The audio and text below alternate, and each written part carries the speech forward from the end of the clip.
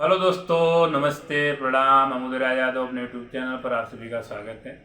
मैं एक छोटा सा जोगी गीत गाने जा रहा हूँ। अगर आप लोगों को पसंद आए तो लाइक कमेंट सब्सक्राइब जरूर करना दोस्तों। बहुत प्यारा सा गीत है। बटी गईले घरवा दुआर पाई पाई, बटी गईले घरवा दुआर पाई पाई। केकरा में बाबू रहे हैं, केकरा में माई, केकरा में बाबू रहे हैं, केकरा में माई। 9 महीना 9 दिन माई पेटवा में ढोअली, मुहावा से चूमी चूमी दूधवा पियवली।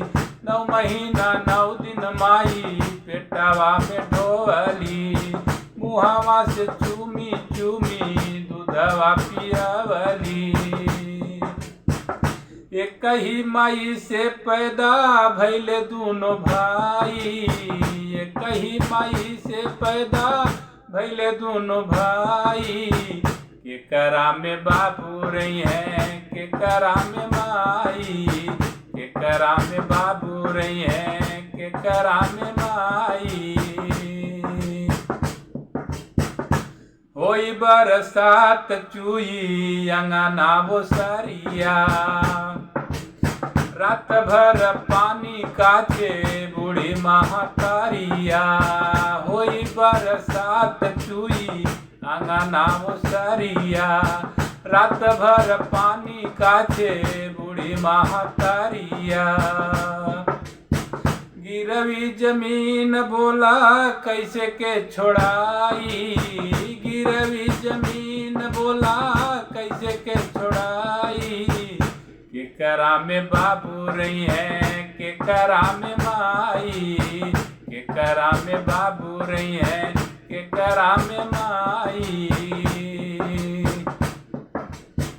कबहू न साड़ी साया माई के पहनावला, बाबूजी के दफ्तर में नौकर बतावला।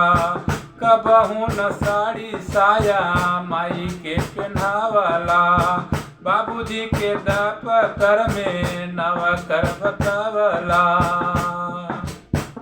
उदयराज यादव गाँव गीत समझाई के, उदयराज यादव गाँव गीत समझाई के।